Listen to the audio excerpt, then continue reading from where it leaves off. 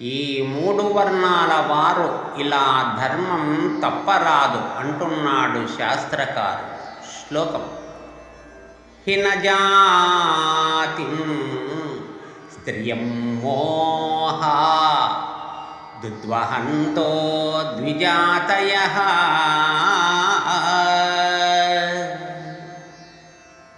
కులాన్యేవ నయం ధ్యాసు ససంతానాని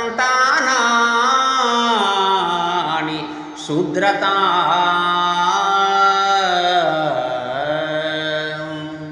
భావము: బ్రాహ్మణులు, రాజులు, వైశ్యులు ఈ మూడు వర్ణాల వారెవరైనా వీరు కామోద్రకమున తక్కువ జాతి వారితో కూడి సంతతిని పొందినచో వారి మొదటి కులము నశించి శూద్రత్వము సిద్ధించును.